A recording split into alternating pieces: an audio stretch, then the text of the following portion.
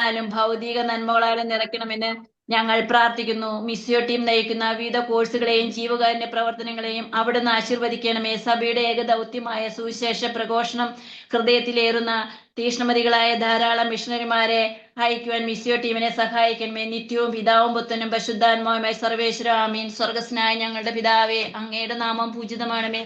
അങ്ങയുടെ രാജ്യം വരയണമേ. അങ്ങയുടെ തിരുമനസ്സേ സ്വർഗത്തിലെ പോലെ ഭൂമിയിലും ആകണമേ. വേണ്ടുന്ന ആഹാരം തരണമേ. ഞങ്ങളോട് തെറ്റ് ചെയ്യുന്നവരോട് ഞങ്ങൾ ക്ഷമിക്കുന്ന പോലെ ഞങ്ങളുടെ തെറ്റുകളും ഞങ്ങളോട് ക്ഷമിക്കണമേ. ഞങ്ങളെ പ്രലോഭനത്തിൽ ഉൾപ്പെടുത്തരുതേ, തിന്മയിൽ രക്ഷിക്കണമേ. ആമേൻ. നന്മ നിറഞ്ഞ മറിയമേ, സുസ്ഥീ, കർത്താവ് അങ്ങയോടുകൂടെ സ്ത്രീകളിൽ അങ്ങ് അനുഗ്രഹിക്കപ്പെട്ടവളാവുന്നു. അങ്ങയുടെ ഉദരത്തിൻ ഫലമായ ഈശോ അനുഗ്രഹിക്കപ്പെട്ടവനാവുന്നു. പരിശുദ്ധ മറിയമേ, തമ്പുരാന്റെ അമ്മേ, പാപികളായ ഞങ്ങൾക്ക് വേണ്ടി എപ്പോഴും ഞങ്ങളുടെ മനസ്സമയത്തും തമ്പുരാനോട് അപേക്ഷിക്കണമേ. ആമേൻ. പിതാവിനും പുത്രനും പരിശുദ്ധാത്മാവിനും സ്തുതി, ആദിയിലെ പോലെ ഇപ്പോഴും എപ്പോഴും എന്നേക്കും ആമീൻ. ഈശോ മിശിഹായ്ക്ക് സ്തുതിയായിരിക്കട്ടെ. മാവിൽ നിറഞ്ഞൊരു കൂട്ടായ്മ, ആത്മീയ സ്നേഹത്തിൻ കൂട്ടായ്മ. ആത്മാവിൽ നിറഞ്ഞൊരു കൂട്ടായ്മ, ആത്മീയ സ്നേഹത്തിൻ കൂട്ടായ്മ. ദൈവഹിതത്തിന്റെ പൂർണ്ണതയ്ക്കായെന്നും ദാഹിച്ചു പ്രാർത്ഥിക്കും കൂട്ടായ്മ. ആത്മാവിൽ നിറഞ്ഞൊരു കൂട്ടായ്മ, ആത്മീയ സ്നേഹത്തിൻ കൂട്ടായ്മ. തിരുസഭയാകും മൗതിക ദേഹം, യേശുവിന്റെ മൗതിക ദേഹം. കൂട്ടായ്മ, കൂട്ടായ്മ, ദൈവരാജ്യ കൂട്ടായ്മ.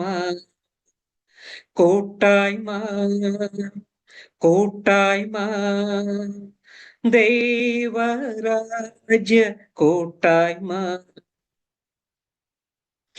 ഏകീകരിക്കുന്ന ആത്മാവിലാലെന്നും ഏകമനസായി തീർന്നിടും ബന്ധം.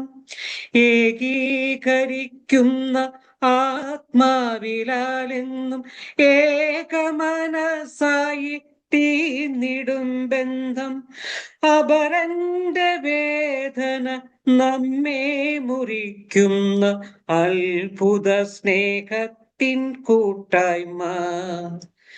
അപരന്റെ വേദന നമ്മെ മുറിക്കുന്ന അത്ഭുത സ്നേഹത്തിൻ കൂട്ടായ്മ. ആത്മാവിൽ നിറഞ്ഞൊരു കൂട്ടായ്മ, ആത്മീയ സ്നേഹത്തിൻ കൂട്ടായ്മ. ദൈവഹിതത്തിന്റെ പൂർണ്ണതയ്ക്കായെന്നും ദാഹിച്ചു പ്രാർത്ഥിക്കും കൂട്ടായ്മ. തിരുസഭയാകും മൗതിക ദേഹം, യേശുവിന്റെ മൗതിക ദേഹം. കൂട്ടായ്മ, കൂട്ടായ്മ, ദൈവരാജ്യ കൂട്ടായ്മ. കൂട്ടായ്മ, കൂട്ടായ്മ, ദൈവരാജ്യ കൂട്ടായ്മ. ഈശോ മിശിഹായ്ക്ക് സ്തുതിയായിരിക്കട്ടെ.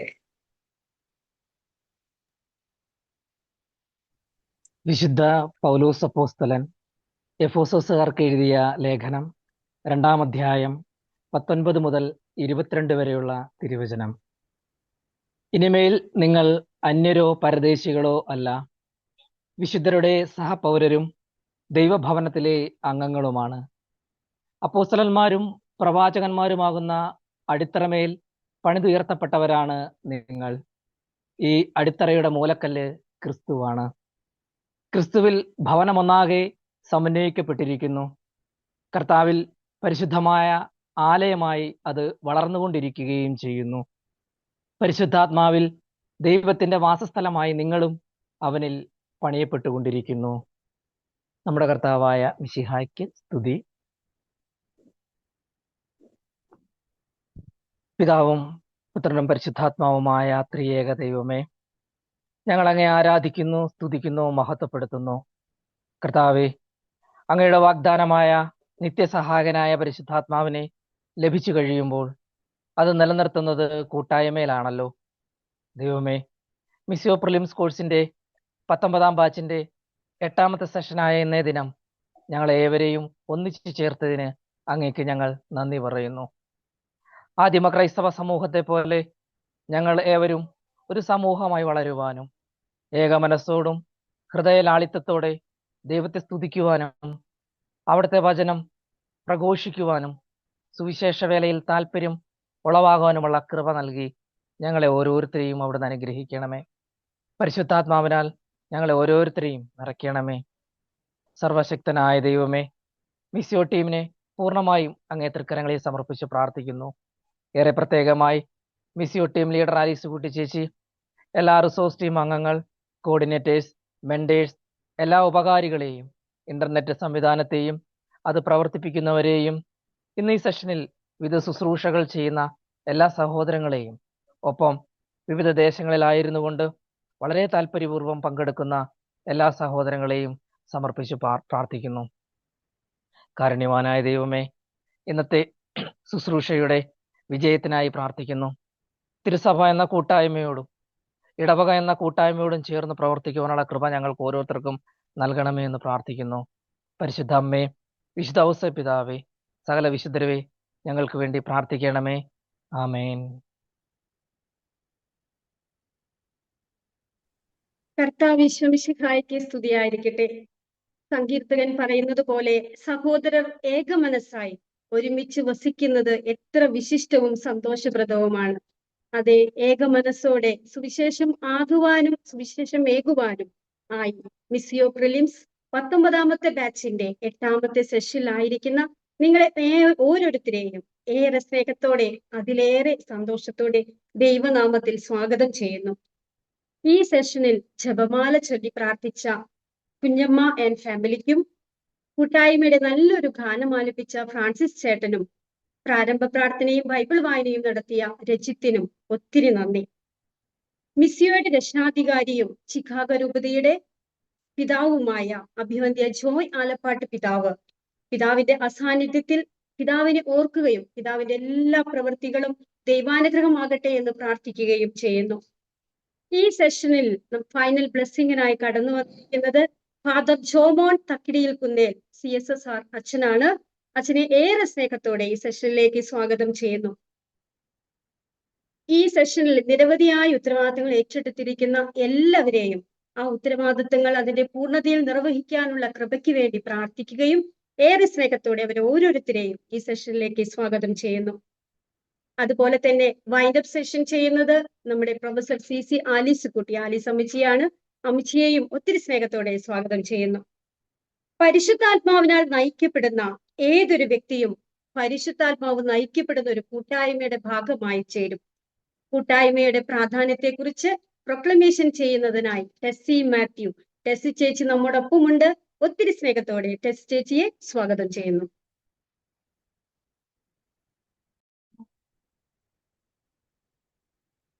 ദൈവ തിരുനാമത്തിന് മഹത്വം ഉണ്ടായിരിക്കട്ടെ. ഈശോയിലേറെ ഏറ്റവും പ്രിയപ്പെട്ടവരെ, കഴിഞ്ഞ മിസിയോ ക്ലാസ്സുകളിലൂടെ ദൈവസ്നേഹം എങ്ങനെ അനുഭവിക്കാമെന്ന് നാം മനസ്സിലാക്കി. ഈ ഒരാഴ്ച നാം പരിശുദ്ധാത്മാ അഭിഷേക പ്രാർത്ഥനയിലൂടെ പരിശുദ്ധാത്മാവ് നിറവുള്ളവരായി ദൈവസ്നേഹം അനുഭവിക്കുവാൻ സാധിച്ചു. ഇനിയും നാം ദൈവസ്നേഹം പങ്കുവെച്ച് സ്വയം വളരുകയും മറ്റുള്ളവരെ വളർത്തുകയും ചെയ്യാം. പരിശുദ്ധാത്മാവിന്റെ സാന്നിധ്യത്തിലുള്ള ഒരു കൂട്ടായ്മയിലൂടെ മാത്രമേ ഇത് സാധ്യമാവുകയുള്ളൂ. കൂട്ടായ്മയിലാവുമ്പോൾ നമ്മുടെ ചിന്തകളും ആഗ്രഹങ്ങളും മനസ്സും ഒന്നായിത്തീരുന്നു. കൂട്ടായ്മയുടെ ഏറ്റവും വലിയ ഉദാഹരണമാണ് ദൈവം തന്നെയായ കൂട്ടായ്മ. അതാണ് ത്രിയേക ദൈവം. പിതാവായ ദൈവം, പുത്രനായ ദൈവം, പരിശുദ്ധാത്മാവായ ദൈവം ഒരു കൂട്ടായ്മയാണ്. അത് വിശുദ്ധ യോഹന്നാന്റെ സുവിശേഷം 14-ാം അധ്യായം 8-9 തിരുവചനത്തിൽ പറയുന്നു. ഫിലിപ്പോസ് യേശുവിനോട് ചോദിക്കുന്നു, കർത്താവേ, ഞങ്ങൾക്ക് പിതാവിനെ കാണിച്ചു തരിക എന്ന്. അപ്പോൾ യേശു മറുപടി പറയുന്നു, ഇക്കാലം അത്രയും ഞാൻ നിന്നോടുകൂടി ഉണ്ടായിരുന്നിട്ടും ഫിലിപ്പോസേ, നീ എന്നെ അറിയുന്നില്ലേ, എന്നെ കാണുന്നില്ലേ? എന്നെ കാണുന്നവൻ പിതാവിനെ കാണുന്നു എന്ന്. അതെ, ഒരിക്കലും വേർതിരിച്ച് കാണുവാൻ സാധിക്കാത്ത ഒരു കൂട്ടായ്മയാണ് ദൈവം എന്ന കൂട്ടായ്മ. ദൈവവും മനുഷ്യരുമായുള്ള കൂട്ടായ്മയാണ് ഉൽപ്പത്തി 1-ാം അധ്യായത്തിൽ നാം കാണുന്നത്. ദൈവം പറയുന്നു, നമ്മുടെ ഛായയിലും സാദൃശ്യത്തിലും, നമുക്ക് നമ്മുടെ ഛായയിലും സാദൃശ്യത്തിലും മനുഷ്യനെ സൃഷ്ടിക്കാമെന്ന്. നമുക്ക് നമ്മുടെ എന്ന് പറയുന്നത് ദൈവത്തിന്റെ ആ കൂട്ടായ്മയാണ്. അങ്ങനെ ദൈവം തന്റെ ഛായയിലും സാദൃശ്യത്തിലും മനുഷ്യനെ സൃഷ്ടിച്ചു. അതിനുശേഷം ദൈവം പറഞ്ഞു, മനുഷ്യനെ ഏകനായിരിക്കുന്നത് നന്നല്ല, അവന് ചേർന്ന ഒരു ഇണയെ ഞാൻ നൽകുമെന്ന്. അങ്ങനെ അവനിൽ നിന്ന് തന്നെ ഒരു സ്ത്രീയെ സൃഷ്ടിച്ച് അവന് കൂട്ടുകൊടുക്കുന്നു. അങ്ങനെ സ്ത്രീയും പുരുഷനും ദൈവവുമായി ഒരു കൂട്ടായ്മയാകുന്നു. സഭാപ്രസംഗൻ 4-ാം അധ്യായം 9 മുതൽ 12 വരെയുള്ള തിരുവചനത്തിൽ നമുക്ക് കാണാം, 2 പേർ ഒരാളെക്കാൾ മെച്ചമാണ്. കാരണം അവർക്ക് ഒന്നിച്ച് കൂടുതൽ ഫലപ്രദമായി അധ്വാനിക്കാൻ സാധിക്കും. അതിലൊരാൾ വീണുപോയാൽ അവരിനെ താങ്ങാൻ കഴിയും. ഒറ്റയ്ക്കായിരിക്കുന്നവനെ താങ്ങാൻ ആരുമില്ല. മുപ്പരിച്ചരട് വേഗം പൊട്ടുകയില്ല എന്ന് അതിൽ പറയുന്നുണ്ട്. മുപ്പരിച്ചരട് എന്ന കയറ് 3 ചരടുകൾ തമ്മിൽ ബന്ധിച്ച് ഉണ്ടാക്കിയതാണ്. അതിനുറപ്പും ബലവും കൂടുതലാണ്. ഈ മുപ്പരിച്ചരട് പോലെയാണ് വിവാഹം എന്ന കുദാശയിലൂടെ ക്രിസ്തുവുമായി സ്ത്രീയെയും പുരുഷനെയും ഒന്നിപ്പിക്കുന്നത്. കർത്താവിന്റെ സാന്നിധ്യമാണ് 3-ാമതായുള്ള ചരട്. കർത്താവിൽ ആശ്രയിച്ച് പ്രാർത്ഥിച്ച് കർത്താവിന് പ്രഥമ സ്ഥാനം കൊടുത്ത് ജീവിക്കുമ്പോൾ ജീവിതം നന്മയിൽ വളരാൻ സാധിക്കും. കർത്താവിനെ ആശ്രയിക്കാതെ ജീവിച്ചാൽ മുപ്പരിച്ചരടിലെ ഒരു ചരട് പൊട്ടിപ്പോകുന്ന അനുഭവമാകും. അതായത് മറ്റു ചരടിന് പിന്നെ ബലം കുറവായിരിക്കും. ക്രിസ്തു എന്ന ചരട് പൊട്ടിപ്പോയാൽ ആ ബന്ധത്തിന് ഉറപ്പുണ്ടാവുകയില്ല. മുപ്പരിച്ചരട് പൊട്ടിയ അനുഭവമാണ് നമ്മുടെ ആദ്യ മാതാപിതാക്കളായ ആദത്തിനും ഹവ്വായ്ക്കും ഉണ്ടായത്. അവർക്ക് നഷ്ടമായത് ദൈവവുമായിട്ടുള്ള കൂട്ടായ്മയാണ്. പഴയ നിയമത്തിൽ പല സ്ഥലത്തും ദൈവവുമായിട്ടുള്ള കൂട്ടായ്മ നമുക്ക് കാണാൻ സാധിക്കും. അതിലൊന്നാണ് ലേവ്യരുടെ പുസ്തകം 26:12 ദൈവം ഇസ്രായേൽ ജനതയോട് പറയുന്നത്, ഞാൻ നിങ്ങളുടെ ഇടയിൽ സഞ്ചരിക്കുമെന്ന്. ദൈവവും മനുഷ്യനുമായുള്ള കൂട്ടായ്മയാണത്. അതെ, പഴയ നിയമത്തിൽ ഇസ്രായേൽ ജനതയെ ഈജിപ്തിലെ അടിമത്തത്തിൽ നിന്നും മോചിപ്പിക്കുവാൻ കൂടെ ഉണ്ടായിരുന്ന ദൈവം ഈജിപ്തിൽ നിന്നും അവരെ കാനാൻ ദേശത്തേക്കുള്ള മരുഭൂമിയിലൂടെയുള്ള യാത്രയിൽ ഉടനീളം അവരോടുകൂടി മേഘസ്തംഭമായും അഗ്നിസ്തംഭമായും കൂടെ സഞ്ചരിക്കുന്ന ദൈവത്തെ നമുക്ക് കാണാൻ സാധിക്കും. വിശുദ്ധ ഗ്രന്ഥത്തില് ഉൽപ്പത്തി മുതൽ വെളിപാട് വരെ ദൈവവും മനുഷ്യനുമായിട്ടുള്ള കൂട്ടായ്മ നമുക്ക് കാണാൻ സാധിക്കും. ഈശോയുടെ ഭൂമിയിലെ തിരുക്കുടുംബം ഒരു കൂട്ടായ്മയാണ്. കുടുംബം എന്ന കൂട്ടായ്മയിലൂടെയാണ് പങ്കുവെക്കൽ നടക്കുന്നു, തിരുത്തലുകൾ നടത്തുന്നു, ക്ഷമിക്കാൻ പഠിക്കുന്നു, ബന്ധങ്ങൾ വളരുന്നു. അതിൽ കുടുംബ പ്രാർത്ഥന വളരെ പ്രധാനപ്പെട്ടതാണ്. കുടുംബത്തിലെ എല്ലാ അംഗങ്ങളും ഒന്നിച്ചിരുന്ന് ഒരു കൂട്ടായ്മയായി കുടുംബ പ്രാർത്ഥന ചെയ്യുമ്പോൾ ദൈവത്തിന്റെ സാന്നിധ്യം അവിടെ നിറയും. കൂട്ടായ്മ കുടുംബത്തിലാണ് ആരംഭിക്കേണ്ടത്. മാതാപിതാക്കളും മക്കളും കൊച്ചുമക്കളും ചേർന്ന കൂട്ടായ്മ, കൂടാതെ അയൽപക്കക്കാർ തമ്മിലുള്ള കൂട്ടായ്മ, തിരുസഭയും ഇടവകകളും തമ്മിലുള്ള കൂട്ടായ്മ, ഇടവകയും അതിലെ സംഘടനകളും കുടുംബ യൂണിറ്റുകളും തമ്മിലുള്ള കൂട്ടായ്മ. കൂട്ടായ്മയിൽ പ്രാർത്ഥിക്കുമ്പോഴാണ് പരിശുദ്ധാത്മാവിന്റെ അഭിഷേകം കൂടുതലായി കാണുന്നത്. യേശുവിന്റെ ഭൂമിയിലുള്ള ജീവിതം ഒരു കൂട്ടായ്മയുടേതായിരുന്നു. അതിലൊന്ന് പിതാവുമായുള്ള കൂട്ടായ്മ, 2 ശിഷ്യന്മാരുമായിട്ടുള്ള കൂട്ടായ്മ. വിശുദ്ധ മർക്കോസിന്റെ സുവിശേഷം 3-ാം അധ്യായം 14-15 തിരുവചനത്തിൽ തന്നോടുകൂടി ആയിരിക്കുവാനും വചനം പ്രസംഗിക്കുവാനും പിശാചുക്കളെ ബഹിഷ്കരിക്കുന്നതിനുള്ള അധികാരം നൽകുന്നതിനുമായിട്ടാണ് യേശു 12 പേരെ തെരഞ്ഞെടുത്ത് കൂട്ടായ്മ രൂപീകരിച്ചത്. ആ യേശുവിൻ തന്റെ പരസ്യ ജീവിതകാലം ഈ കൂട്ടായ്മയിലൂടെയാണ് വചനം പ്രസംഗിച്ചതും അത്ഭുതങ്ങളും അടയാളങ്ങളും പ്രവർത്തിച്ചതും. അതുപോലെ നമുക്ക് കാണാം, സെഹിയോൻ ഊട്ടിശാലയിൽ പരിശുദ്ധ അമ്മയും ശിഷ്യന്മാരുമായുള്ള കൂട്ടായ്മയിലാണ് പരിശുദ്ധാത്മാവ് ഒരു തീനാളത്തിന്റെ രൂപത്തിൽ എഴുന്നള്ളി വന്നത്. പരിശുദ്ധാത്മാവിന്റെ നിറവിൽ അവിടെ കൂടിയിരുന്നവരെ വിശുദ്ധ പത്രോസ്ലീഹ സ്വാഗതം ചെയ്ത് വചനം പറയുകയും ആ വചനം ശ്രവിച്ചവർ സ്നാനം സ്വീകരിക്കുകയും ചെയ്തു. ആ ദിവസം തന്നെ 3000-ഓളം പേർ അവരോടുകൂടി ചേർന്നു. അവർ അപ്പോസ്തലന്മാരുടെ പ്രബോധനം, കൂട്ടായ്മ, അപ്പം മുറിക്കൽ, പ്രാർത്ഥന എന്നിവയിൽ സജീവമായി പങ്കുചേർന്നു. വിശ്വസിച്ചവർ എല്ലാവരും ഒറ്റ സമൂഹമാവുകയും തങ്ങൾക്കുണ്ടായിരുന്നതെല്ലാം പൊതുവായി കണക്കാക്കുകയും ചെയ്തു. ഇതിൽ പറയുന്ന ഈ അപ്പോസ്തലന്മാരുടെ പ്രബോധനം, കൂട്ടായ്മ, പ്രാർത്ഥന, അപ്പം മുറിക്കൽ എന്നതാണ് നാം നമ്മുടെ വിശുദ്ധ കുർബാനയിൽ കാണുന്നത്. വിശുദ്ധ കുർബാനയിൽ എല്ലാവരും ഒരു കൂട്ടായ്മയിൽ പ്രാർത്ഥിക്കുകയും വചനമാകുന്ന പ്രബോധനവും അപ്പം മുറിക്കൽ, അതായത് യേശുവിന്റെ തിരുശരീരവും തിരുരക്തവും പങ്കുവെക്കലും അവിടെ നടത്തുന്നു. ഇനി കൂട്ടായ്മയിൽ നമ്മൾ എങ്ങനെയാണ് പെരുമാറേണ്ടത്? മറ്റുള്ളവർ നമ്മളോട് എങ്ങനെ പെരുമാറണമെന്ന് നാം ആഗ്രഹിക്കുന്നുവോ അപ്രകാരം നമ്മൾ അവർക്ക് ചെയ്തു കൊടുക്കുക. അവരോടും നമ്മൾ അങ്ങനെ പെരുമാറുക. ഇതാണ് വിശുദ്ധ മത്തായിയുടെ സുവിശേഷം 7-ാം അധ്യായം 12-ാം തിരുവചനത്തിൽ പറയുന്നത്. മറ്റുള്ളവർ നിങ്ങൾക്ക് ചെയ്തു തരണമെന്ന് ആഗ്രഹിക്കുന്നതെല്ലാം നിങ്ങൾ അവർക്ക് ചെയ്തു കൊടുക്കുകയും. അതുപോലെ എനിക്ക് ഇത് പറയുമ്പോൾ ഒരു വചനം ഓർമ്മ വരുന്നത് വിശുദ്ധ പൗലോസ് ശ്ലീഹ ഫിലിപ്പിയർക്ക് എഴുതിയ ലേഖനം 2-ാം അധ്യായം 3-ാം തിരുവചനം.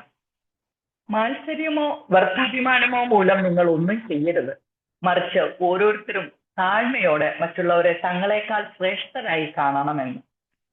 മറ്റുള്ളവരോടുള്ള നമ്മുടെ പെരുമാറ്റവും മത്സരബോധത്തോടും വാശിയോടും വ്യർത്ഥാഭിമാനത്തോടും കൂടിയാവരുത്, മറിച്ച് താഴ്മയോടെയും എളിമയോടെയും വിനയത്തോടെയും മറ്റുള്ളവർ നമ്മളെക്കാൾ വലിയവരാണെന്ന് കരുതണം. ഇത് പറയുമ്പോൾ എന്നെ വളരെയധികം ആകർഷിച്ച ഒരു കൂട്ടായ്മ അനുഭവം പങ്കുവയ്ക്കണമെന്ന് ഞാൻ ആഗ്രഹിക്കുന്നു. ദൈവാനുഗ്രഹത്താൽ എനിക്ക് കറുകുറ്റിയിലെ നമ്മുടെ മിസ്സിയോ ഭവനില് 6 ദിവസം താമസിച്ചിട്ടുള്ള ഒരു കെരിസ്മ ഫിസിക്കൽ കോഴ്സ് കൂടുവാൻ ഭാഗ്യമുണ്ടായി. പോയപ്പോൾ ഞാൻ അവിടെ കണ്ടതും കേട്ടതും അനുഭവിച്ചതും ഓർക്കുമ്പോൾ ദൈവാനുഗ്രഹങ്ങളുള്ള ദിവസങ്ങളായിരുന്നു എന്ന് ഞാൻ മനസ്സിലാക്കുന്നു. ശക്തമായ ഐക്യത്തിന്റെയും സ്നേഹത്തിന്റെയും ഒരുമയുടെയും പങ്കുവെക്കലിന്റെയും അനുഭവമായിരുന്നു. എല്ലാവരും ഒരുമിച്ച് ഉത്തരവാദിത്തങ്ങൾ ചെയ്യുന്നു. പഠിപ്പിക്കുന്നവരെന്നോ പഠിക്കുന്നവരെന്നോ യാതൊരു വ്യത്യാസവുമില്ലാതെ, വലിപ്പച്ചെറുപ്പമില്ലാതെ ഒരേ മനസ്സോടും സന്തോഷത്തോടും ഒന്നിച്ചിരുന്ന് പ്രാർത്ഥിക്കുകയും ഭക്ഷണം കഴിക്കുകയും എല്ലാ കാര്യങ്ങളും ഏക മനസ്സോടെ സ്നേഹത്തോടെ ഏറ്റെടുത്ത് ചെയ്യുകയും ചെയ്യുന്നു. ഒരു പരിശുദ്ധാത്മ അഭിഷേകമുള്ള ഒരു കൂട്ടായ്മയാണത്. നമുക്കറിയാം, നമുക്ക് ഒറ്റയ്ക്ക് വളരുവാൻ സാധിക്കുകയില്ല. ഒരുമയിലേ വളരുവാൻ സാധിക്കുകയുള്ളൂ. ഒരേ മനസ്സ്, ഒരേ ആശയം, ഒരേ ലക്ഷ്യം, അതാണ് നാം കൂട്ടായ്മയിൽ കാണുന്നത്. അതിനാൽ സഹോദരരെ, നമുക്ക് നമ്മളെയും നമുക്കുള്ളതെല്ലാം സമർപ്പിച്ച് പരിശുദ്ധാത്മാവിന്റെ നിറവുള്ള കൂട്ടായ്മയിൽ വളരാം. വിശുദ്ധ മത്തായിയുടെ സുവിശേഷം 18-ാം അധ്യായം 19-ാം തിരുവചനത്തിൽ 2 or 3 പേർ യോജിച്ച് ചോദിക്കുന്ന ഏത് കാര്യവും പിതാവായ ദൈവം നിറവേറ്റി തരുമെന്ന് യേശുനാഥൻ അരുളി ചെയ്തിട്ടുണ്ടല്ലോ. പ്രിയപ്പെട്ടവരെ, വിശുദ്ധ യോഹന്നാന്റെ സുവിശേഷം 15-ാം അധ്യായം 16-ൽ യേശു പറയുന്നു, നിങ്ങൾ എന്നെ തെരഞ്ഞെടുക്കുകയല്ല, ഞാൻ നിങ്ങളെ തെരഞ്ഞെടുക്കുകയാണ് ചെയ്തത്. നിങ്ങൾ പോയി ഫലം പുറപ്പെടുവിക്കുകയെന്ന്. അതെ, കർത്താവാണ് നമ്മെ ഓരോരുത്തരെയും തെരഞ്ഞെടുത്ത് ഈ മിസ്യ കൂട്ടായ്മയിലേക്ക് നയിച്ചത്. മിസ്യ കൂട്ടായ്മയുടെ ദൗത്യമായ ദൈവസ്നേഹവും ദൈവീക രക്ഷയും മറ്റുള്ളവരിലേക്ക് പകർന്നു കൊടുക്കുക എന്ന ദൗത്യം നാം ഓരോരുത്തരും ഏറ്റെടുത്ത് 100 മേനി ഫലം പുറപ്പെടുവിക്കുവാൻ നമ്മുടെ ഈ മിസ്യ കൂട്ടായ്മയും നമ്മെ ഓരോരുത്തരെയും ദൈവം അനുഗ്രഹിക്കട്ടെ. നമുക്ക് നമ്മുടെ ചുറ്റുമുള്ളവരുമായി സ്നേഹത്തിൽ ഒരു കൂട്ടായ്മയിൽ ഒന്നായി മുന്നോട്ട് പോകാം. വിശുദ്ധ യോഹന്നാന്റെ സുവിശേഷം 17-ാം അധ്യായം 22-ാം തിരുവചനത്തിൽ യേശുക്രിസ്തു പറയുന്നുണ്ടല്ലോ, പിതാവേ, നാം ഒന്നായിരിക്കുന്നത് പോലെ ഇവരും ഒന്നായിരിക്കുന്നതിനെ ഞാൻ പ്രാർത്ഥിക്കുന്നുവെന്ന്. നമുക്ക് ഒന്നായി ചേർന്ന് യേശുവിനെ പ്രഘോഷിക്കാം. കൂട്ടായ്മയായ ദൈവം നമ്മുടെ ഇടയനും ഭൂമി ഒരു തൊഴുത്തുമാകുന്ന ഒരു കൂട്ടായ്മയിലേക്ക് എത്തിച്ചേരാൻ ഇടവരട്ടെ എന്ന് പ്രാർത്ഥിക്കുന്നു. യേശുവേ സ്തോത്രം, യേശുവേ നന്ദി, യേശുവേ സ്തുതി. ആമേൻ. താങ്ക് യു ടെസ്റ്റ് ചേച്ചി. ഒത്തിരി സന്തോഷത്തോടെ അതിലേറെ കൃത്യമായി കൂട്ടായ്മയെ കുറിച്ച് വചനങ്ങൾ കോർത്തിണക്കിക്കൊണ്ട് നല്ലൊരു പ്രൊക്ലമേഷൻ നടത്തിയ ടെസ്റ്റ് ചേച്ചിക്ക് ഒത്തിരി നന്ദി. അടുത്തതായി കൂട്ടായ്മ അനുഭവം, ഏറെ പ്രത്യേകമായി മിസ്സിയോ കൂട്ടായ്മയിലൂടെ തനിക്കും കുടുംബത്തിനും ലഭിച്ച ആ സ്നേഹാനുഭവങ്ങൾ നമ്മോട് പങ്കുവെക്കുകയാണ് USA-യിൽ നിന്ന് എൽസി അലക്സ്. എൽസി ആന്റിയെ ഒത്തിരി സ്നേഹത്തോടെ ക്ഷണിക്കുന്നു. Thank you Seena. എൻ്റെ പേര് എൽസി. ഞാൻ അമേരിക്കയിൽ താമസിക്കുന്നു. എൻ്റെ ഭർത്താവ് ജോൺ വിക്ടർ, 3 ആൺമക്കൾ, അവരുടെ കുടുംബം എല്ലാവരും ഇവിടെ തന്നെയുണ്ട്. ഈ കൂട്ടായ്മയിലൂടെ എനിക്കുണ്ടായ ചില അനുഭവങ്ങൾ നിങ്ങളുമായിട്ട് പങ്കുവയ്ക്കുവാൻ ഞാൻ ആഗ്രഹിക്കുന്നു. 1 യോഹന്നാൻ 1:3 ഇപ്രകാരം പറയുന്നു, ഞങ്ങൾ കാണുകയും കേൾക്കുകയും ചെയ്തത് നിങ്ങളെയും ഞങ്ങൾ അറിയിക്കുന്നു. ഞങ്ങളുമായി നിങ്ങൾക്കും കൂട്ടായ്മ ഉണ്ടാകേണ്ടതിനാണ് ഞങ്ങൾ ഇത് പ്രഘോഷിക്കുന്നത്. ഞങ്ങളുടെ കൂട്ടായ്മയാകട്ടെ പിതാവിനോടും അവിടുത്തെ പുത്രനായ യേശുക്രിസ്തുവിനോടുമാണ്. പ്രിയരെ, ഞാൻ 2023 വരെ ഞങ്ങളുടെ കുടുംബം വലിയ തിരമാലകളൊന്നും ഇല്ലാത്ത ഒരു സ്വച്ഛമായ നദിയായി ഒഴുകിക്കൊണ്ടിരിക്കുകയായിരുന്നു. ഞാനും ഓർത്തു, ഇതൊക്കെ തന്നെയാണ്, നല്ലതാണ്, ഞാൻ പരിസരെ പോലെ ഞാൻ ഏതാണ്ടൊക്കെ ചെയ്യുന്നുണ്ട്, ഞാൻ നല്ലവളാണ് എന്നൊക്കെ ചിന്തിച്ചുകൊണ്ടിരുന്നു. എന്നാൽ 2023 ദൈവം ഞങ്ങളുടെ കുടുംബത്തിലേക്ക് ഒരു സഹനം അയച്ചു. എൻ്റെ ഭർത്താവിന് ഒരു കൺഫ്യൂഷൻ, അതുപോലെ തന്നെ dementia, all of A sudden ഒന്നും അറിയത്തില്ല. ഭാര്യയും മക്കളെയും കഷ്ടിച്ച് മനസ്സിലാവും, അത്ര മാത്രമേ ഉള്ളൂ. ഞങ്ങൾ ഏറെ വിഷമിച്ചു. പ്രാർത്ഥനയുണ്ട്.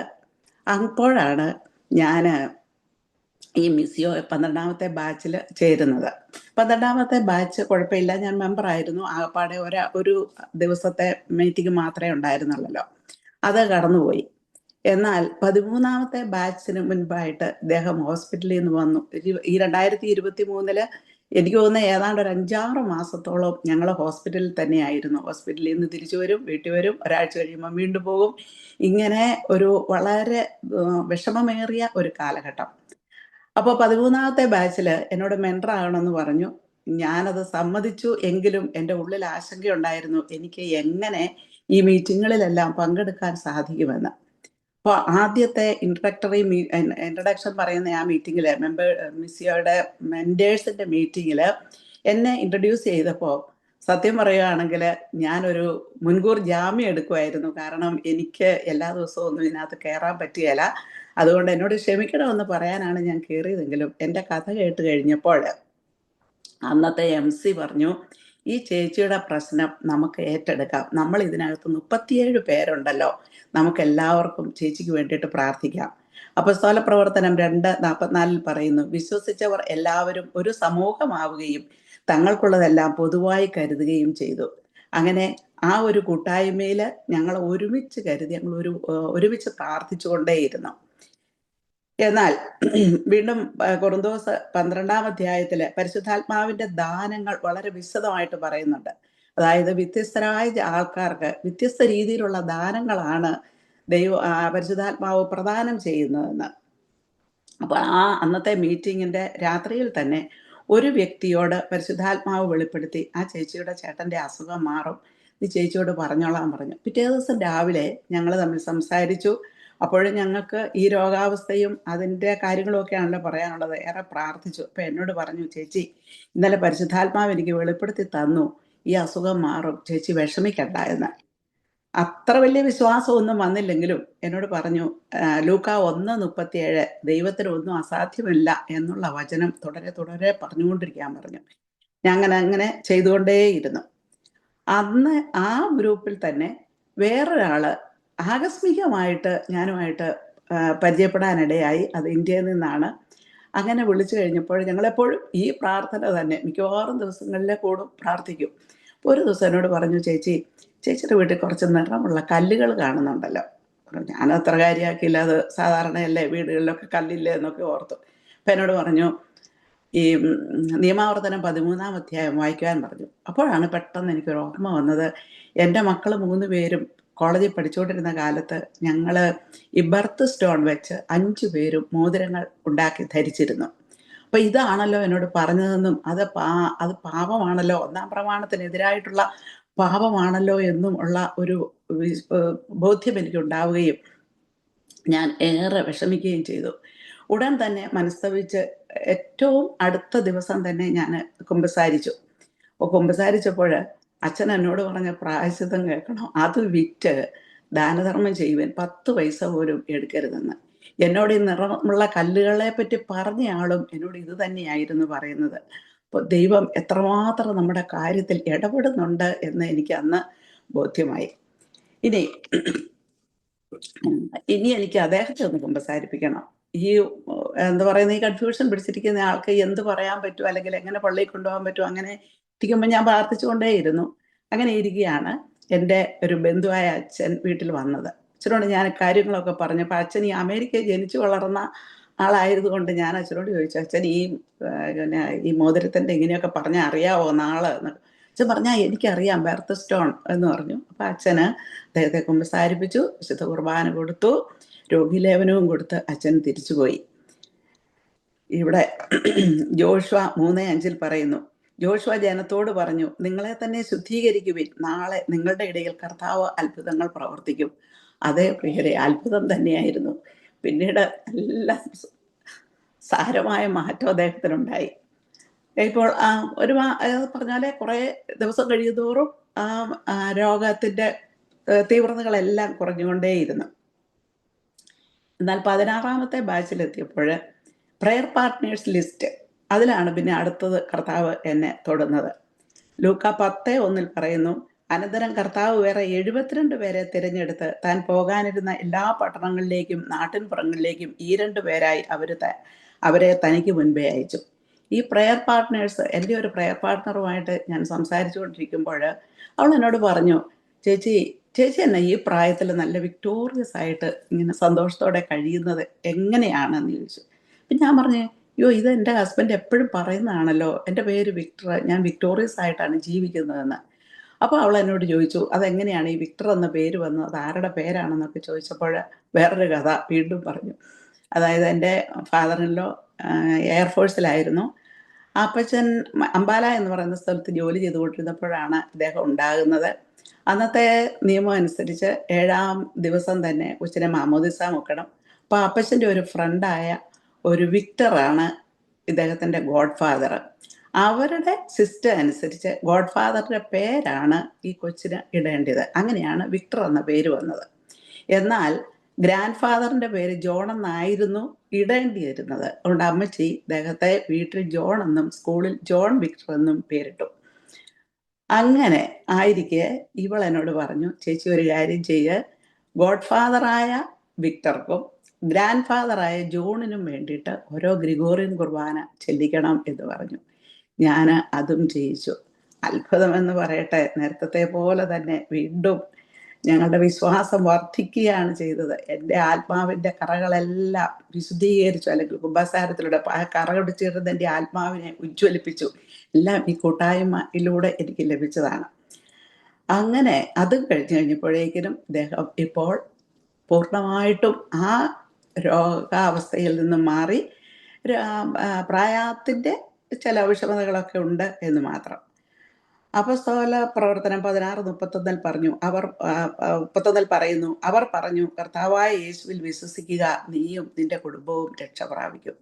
അങ്ങനെ എൻ്റെ വിശ്വാസം വർദ്ധിപ്പിച്ചു, എൻ്റെ ആത്മാവിനെ ഉജ്ജ്വലിപ്പിച്ചു, ഞാനും എൻ്റെ കുടുംബവും രക്ഷ പ്രാപിച്ചു. ഈ മിസിയോ കൂട്ടായ്മയ്ക്ക് 1000 നന്ദി പറയുന്നു. Thank you very much.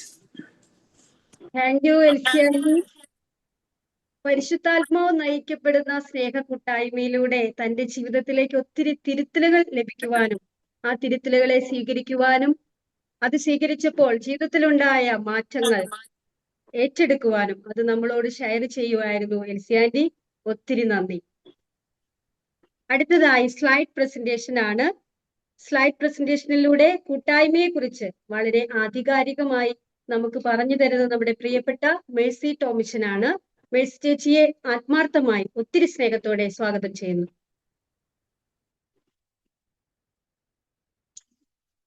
Thank you Seena. വിശ്വമിശിഹായ്ക്ക് സ്തുതിയാകട്ടെ. കഴിഞ്ഞ ആഴ്ചയിൽ നമ്മുടെ സബ് ഗ്രൂപ്പുകളിൽ പരിശുദ്ധാത്മാ അഭിഷേകത്തിനായി പ്രാർത്ഥിച്ച് പരിശുദ്ധാത്മാവിന്റെ പുത്തൻ അഭിഷേകം സിദ്ധിച്ചവരായ നമ്മൾ കൂടുതൽ വളരുവാനും കൂടുതൽ പരസ്പരം സ്നേഹിക്കാനും സ്നേഹിക്കപ്പെടുവാനുമായി ഒരു കൂട്ടായ്മയുടെ ഭാഗമാകുന്നതിനെ കുറിച്ചാണ് ഈ ആഴ്ച നമ്മൾ കാണാൻ പോകുന്നത്. ഇവിടെ ജീവനില്ലാത്ത ഒരു കൂട്ടം വിറകാണ് കാണുന്നത്. അടുക്കി വെച്ചിരിക്കുന്ന വിറകുകൾ തമ്മിൽ ഒരു ബന്ധവുമില്ല. അതുപോലെ എന്തിനോ വേണ്ടി ഒന്നിച്ചു കൂടിയിരിക്കുന്ന ഒരു കൂട്ടം മനുഷ്യരെ നമുക്ക് കാണാം. അവർക്ക് പരസ്പരം അറിയില്ല, പരസ്പരം ബന്ധവും ഉണ്ടാകണമെന്നില്ല. ഏതോ ഒരു പ്രത്യയ ശാസ്ത്രത്തിന്റെ ചുവട് പിടിച്ചുകൊണ്ട് ഒന്നിച്ചു കൂടിയവർ, അവരെയും ഒരു കൂട്ടം ജനമെന്നേ വിശേഷിപ്പിക്കാനാവൂ. പ്രപഞ്ചം ദൈവാംശമുള്ള, ചലനമുള്ള, പരസ്പരം ആകണമെന്ന് നമ്മൾ വിളിക്കുന്ന ഒരു ബന്ധത്തിൽ ശൂന്യതയിൽ തിരിഞ്ഞു മറിയുന്ന ആകാശഗോളങ്ങളുടെ ഒരു കൂട്ടമാണ് ഇവിടെ കാണുന്നത്. ജീവനില്ലാത്ത ഒരു കൂട്ടം അവയവങ്ങൾ മാത്രമാണ് നിശ്ചലമായ ഒരു ശരീരം. എന്നാൽ ജീവനും ആത്മാവുമുള്ള മനുഷ്യ ശരീരം ക്രിയാത്മവും ചലനാത്മവുമാണ്. ആത്മാവുള്ള ശരീരം അവയവങ്ങളുടെ കൂട്ടായ്മയ്ക്ക് രൂപം നൽകുന്നു. കൂട്ടത്തെ കൂട്ടായ്മയാക്കുന്നത് ക്രിയാത്മക ശക്തിയായ പരിശുദ്ധാത്മാവാണ്. ഏകീകരണത്തിന്റെ ആത്മാവായ പരിശുദ്ധാത്മാവിന്റെ നിറവ് അനുഭവിക്കുന്നവരുടെ ഹൃദയം ദൈവസ്നേഹത്താൽ നിറയുന്നു. ആഗ്രഹങ്ങൾ ഏകീകരിക്കപ്പെടുന്നു, ചിന്തകൾ ഏകീകരിക്കപ്പെടുന്നു, അവരുടെ മനസ്സുകൾ തമ്മിൽ അടുക്കുന്നു, അവർ ഒരു കൂട്ടായ്മയായി തീരുന്നു. പരിശുദ്ധാത്മാവ് ഏകീകരണത്തിന്റെ ആത്മാവാണ്. എല്ലാറ്റിനെയും ഒന്നിപ്പിക്കാൻ ശക്തിയുള്ള ഏകീകരണത്തിന്റെ ആത്മാവായ പരിശുദ്ധാത്മാവിന്റെ നിറവ് അനുഭവിക്കുന്നവരുടെ ഹൃദയം ദൈവസ്നേഹത്താൽ നിറയുന്നു. ആഗ്രഹങ്ങൾ ഏകീകരിക്കപ്പെടുന്നു, ചിന്തകൾ ഏകീകരിക്കപ്പെടുന്നു, അവരുടെ മനസ്സുകൾ തമ്മിൽ അടുക്കുന്നു, അവർ ഒരു കൂട്ടായ്മയായി തീരുന്നു. ആത്മനിറവുള്ള കൂട്ടായ്മ സ്നേഹ കൂട്ടായ്മയാണ്. അവിടെ ഭിന്നിപ്പിന്റെ സ്വരമില്ല, ഒരു ആശയം മാത്രം, ഒരു ലക്ഷ്യം മാത്രം, ഒരു മനസ്സോടെയുള്ള ജീവിതം. ദൈവം തന്നെ ഒരു കൂട്ടായ്മയാണ്. പിതാവ്, പുത്രൻ, പരിശുദ്ധാത്മാവ്. പരസ്പര വിടവുകളില്ലാത്ത കൂട്ടായ്മ, സമത്വം, സ്നേഹം, ആനന്ദം എന്നിവ നിരന്തരം കളിയാടുന്ന സ്നേഹ കൂട്ടായ്മ. ഉൽപ്പത്തി 2:18 ദൈവമായ കർത്താവ് അരുളി ചെയ്തു, മനുഷ്യൻ ഏകനായിരിക്കുന്നത് നന്നല്ല, അവന് ചേർന്ന ഇണയെ ഞാൻ നൽകും. കൂട്ടായ്മയായ ദൈവം മനുഷ്യനെ സൃഷ്ടിച്ചതും കൂട്ടായ്മയിലാണ്. പ്രകൃതിയോടും ജീവജാലങ്ങളോടുമുള്ള വിശുദ്ധമായ കൂട്ടായ്മയിലാണ് മനുഷ്യൻ സൃഷ്ടിക്കപ്പെട്ടതും നിലനിർത്തപ്പെട്ടതും. ഉൽപ്പത്തി 2:15 ഏദൻ തോട്ടം കൃഷി ചെയ്യാനും സംരക്ഷിക്കാനും ദൈവമായ കർത്താവ് മനുഷ്യനെ അവിടെയാക്കി. ഒരു കുടുംബമായി, ഒരു ജനതയായി കൂട്ടായ്മ വളരാനുള്ള ക്ഷണം. ഉൽപ്പത്തി 12:2 ഞാൻ നിന്നെ വലിയൊരു ജനതയാക്കും, നിന്നെ ഞാൻ അനുഗ്രഹിക്കും, നിന്റെ പേര് ഞാൻ മഹത്വമാക്കും, അങ്ങനെ നീ ഒരു അനുഗ്രഹമായിരിക്കും. അബ്രാഹാമിനെയും കുടുംബത്തെയും വിഗ്രഹത്തിന്റെ നാടായ ഊരിൽ നിന്നും വിളിച്ച് വേർതിരിച്ച് ഒരു ജനതയായി വളർത്തി പ്രവാസത്തിന്റെയും മരുഭൂമിയിലൂടെയും ഒക്കെ തിക്തമായ അനുഭവങ്ങളിലൂടെ ഒരുക്കുന്ന ദൈവത്തിന്റെ സ്നേഹമാണ് നാം ഇവിടെ കാണുന്നത്. പുറപ്പാട് 3:15 അവിടുന്ന് വീണ്ടും അരുളി ചെയ്തു, ഇസ്രായേൽ മക്കളോട് നീ പറയുക, നിങ്ങളുടെ പിതാക്കന്മാരുടെ ദൈവമായ കർത്താവ് അബ്രാഹത്തിന്റെയും ഇസ്ഹാക്കിന്റെയും യാക്കോബിന്റെയും ദൈവം എന്നെ നിന്റെ അടുത്തേക്ക് അയച്ചിരിക്കുന്നു. ലേവ്യർ 26:12 ഞാൻ നിങ്ങളുടെ ഇടയിൽ സഞ്ചരിക്കും, ഞാൻ നിങ്ങളുടെ ദൈവവും നിങ്ങൾ എൻ്റെ ജനവുമായിരിക്കും. ദൈവവും മനുഷ്യനും നമ്മളുടെ കൂട്ടായ്മ ഉറപ്പിക്കുന്ന വചനമാണ് നാം ഇവിടെ കാണുന്നത്. അബ്രാഹത്തിന്റെയും ഇസ്ഹാക്കിന്റെയും യാക്കോബിന്റെയും ദൈവമെന്ന് അവിടെ നിന്ന് തന്നെ പറയുമ്പോഴും, ഞാൻ നിങ്ങളുടെ ഇടയിൽ സഞ്ചരിക്കും, ഞാൻ നിങ്ങളുടെ ദൈവവും നിങ്ങൾ എൻ്റെ ജനവുമായിരിക്കും എന്ന് പറയുമ്പോഴും കൂട്ടായ്മയുടെ ദൈവമാണ് അവിടുന്ന് എന്ന് ഉറപ്പിക്കുകയാണ്. കൂട്ടായ്മയുടെ ആഴം തിരിച്ചറിയാൻ സഹായിക്കുന്ന നല്ലൊരു വചനം ഇത് ടെസ്റ്റ് ചേച്ചി നമുക്ക് കൃത്യമായിട്ട് പറഞ്ഞു തന്നു. ഒരിക്കൽ കൂടി ഞാൻ വായിക്കുകയാണ്. സഭാപ്രസംഗൻ 4-ാം അധ്യായം 9 മുതൽ 12 വരെയുള്ള വാക്യങ്ങൾ. 2 പേർ ഒരാളേക്കാൾ മെച്ചമാണ്, കാരണം അവർക്ക് ഒരുമിച്ച് കൂടുതൽ ഫലപ്രദമായി അധ്വാനിക്കാൻ കഴിയും. അവരിൽ ഒരുവൻ വീണാൽ അവരെ താങ്ങാൻ കഴിയും, ഒറ്റയ്ക്കായിരിക്കുന്നവൻ വീണാൽ താങ്ങാൻ ആരുമില്ല, അവന്റെ കാര്യം കഷ്ടമാണ്. 2 പേർ ഒരുമിച്ച് കിടന്നാൽ അവർക്ക് ചൂട് കിട്ടും, തനിച്ചായാൽ എങ്ങനെ ചൂട് കിട്ടും? ഒറ്റയ്ക്കായിരിക്കുന്നവനെ കീഴ്പ്പെടുത്താൻ സാധിച്ചേക്കാം, 2 പേരാണെങ്കിൽ ചെറുക്കാൻ കഴിയും, ഉപ്പിരിച്ചരട് വേഗം പൊട്ടുകയില്ല. ഈശോയുടെ ഭൂമിയിലെ തിരുക്കുടുംബ കൂട്ടായ്മ സ്വർഗത്തിലെ ത്രിത്വിക കൂട്ടായ്മയ്ക്ക് സദൃശ്യമായ ഒരു കൂട്ടായ്മയിൽ യേശുവിന്റെ വളർച്ച. യേശുവിന്റെ ശിഷ്യന്മാരുമായുള്ള കൂട്ടായ്മ. ശിഷ്യന്മാരുമായുള്ള കൂട്ടായ്മയിലാണ് ഈശോ വചനം വിളമ്പിയത്. ശിഷ്യരെ ക്രമേണ ഒരുക്കിയെടുത്തത് ഈ കൂട്ടായ്മയിലാണ്. മർക്കോസിന് സുവിശേഷം 3-ാം അധ്യായം 14-ാം വാക്യം തന്നോടുകൂടി ആയിരിക്കുന്നതിനും പ്രസംഗിക്കാൻ അയക്കുന്നതിനും പിശാചുക്കളെ ബഹിഷ്കരിക്കാൻ അധികാരം നൽകുന്നതിനുമായി അവൻ 12 പേരെ നിയോഗിച്ചു. കൂട്ടായ്മയിലാണ് പരിശുദ്ധാത്മാവ് നൽകപ്പെട്ടത്. അപ്പോസ്തല പ്രവൃത്തികൾ 2:41 അവന്റെ വചനം ശ്രവിച്ചവർ സ്നാനം സ്വീകരിച്ചു. ആ ദിവസം തന്നെ 3000-ഓളം ആളുകൾ അവരോട് ചേർന്നു. നിറവുള്ളവർ ഒരു കൂട്ടായ്മയായിത്തീരുന്നു. കാരണം പരിശുദ്ധാത്മാവ് ഏകീകരണത്തിന്റെ ആത്മാവാണ്. പോപ്പ് ലിയോ 14 മാർപ്പാപ്പ വിശ്വാസത്തിന്റെയും സ്നേഹത്തിന്റെയും ഒരു വലിയ ജ്വാല വീണ്ടും ലോകമെമ്പാടും പരക്കണം. എല്ലാ സന്മനസ്സുള്ള ആളുകൾക്കും വഴിയൊരുക്കണം. അതിർവരമ്പുകളില്ലാത്ത ഒരു ഇടയന്റെ കീഴിൽ ലോകമെമ്പാടുമുള്ള എല്ലാ കത്തോലിക്കലും ആയിരിക്കുന്ന പോലെ ലോകം മുഴുവനും അതിരുകളില്ലാത്ത സ്നേഹത്തിന്റെ സാഹോദര്യത്തിന്റെ കൂട്ടായ്മയിലേക്ക് വളരണമെന്ന് ദൈവം ആഗ്രഹിക്കുന്നു. അതിന്റെ മുൻ ആസ്വാദനമാണ് തിരുസഭ. അപ്പസ്തല പ്രവർത്തികൾ 2:42 അവർ അപ്പസ്തലന്മാരുടെ പ്രബോധനം, കൂട്ടായ്മ, അപ്പം മുറിക്കൽ, പ്രാർത്ഥന എന്നിവയിൽ സദാ താല്പര്യപൂർവ്വം പങ്കുചേർന്നു. അപ്പസ്തല പ്രവൃത്തി 2:44 വിശ്വസിച്ചവർ എല്ലാവരും ഒരു ഒറ്റ സമൂഹമാവുകയും തങ്ങൾക്കുണ്ടായിരുന്നതെല്ലാം പൊതുവായി കരുതുകയും ചെയ്തു. ത്രിത്വത്തിന്റെ കൂട്ടായ്മയിൽ നിന്നും അയക്കപ്പെട്ട് തിരുക്കുടുംബ കൂട്ടായ്മയിൽ ജീവിച്ച് ശിഷ്യരുടെ കൂട്ടായ്മ രൂപീകരിച്ച് തന്റെ ചങ്കിൽ നിന്നും ഒഴുകിയ രക്തത്താൽ തന്റെ പ്രിയ ശിഷ്യരിലൂടെ ലോകം മുഴുവനിലും രൂപപ്പെടുത്തിയ തിരുസഭ കൂട്ടായ്മ ആദിമ ക്രൈസ്തവരെ പോലെ എല്ലാം പൊതുവായി കരുതുന്ന ഒരു കാലത്തിനായി നമുക്ക് കാത്തിരിക്കാം. യഥാർത്ഥ സഭാ കൂട്ടായ്മ, അതിനുവേണ്ടിയാണല്ലോ സഭ ഭൂമിയിൽ ആയിരിക്കുന്നത്. അപ്പസ്തല പ്രവർത്തികൾ 2:46 അവർ ഏക മനസ്സോടെ താല്പര്യപൂർവ്വം അനുദിനം ദേവാലയത്തിൽ ഒന്നിച്ചുകൂടുകയും ഭവനം തോറും അപ്പം മുറിക്കുകയും ഹൃദയലാളിത്യത്തോടും ആഹ്ലാദത്തോടും കൂടെ ഭക്ഷണത്തിൽ പങ്കുചേരുകയും ചെയ്തിരുന്നു. കൂട്ടായ്മയിൽ ഇത് സംഭവിക്കുന്നു. ഏക മനസ്സാകുന്നു, സ്നേഹം വളരുന്നു.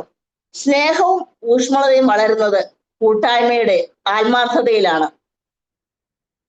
ബന്ധങ്ങൾ വളരുന്നു. കൂട്ടായ്മയിലാണ് ബന്ധങ്ങൾ ദൃഢമാകുന്നത്. ഒന്നിച്ചുള്ള ഇടപഴകലിലാണ് പരസ്പരം മനസ്സിലാക്കാനും ബന്ധങ്ങൾ ആഴപ്പെടാനും സാധിക്കുക.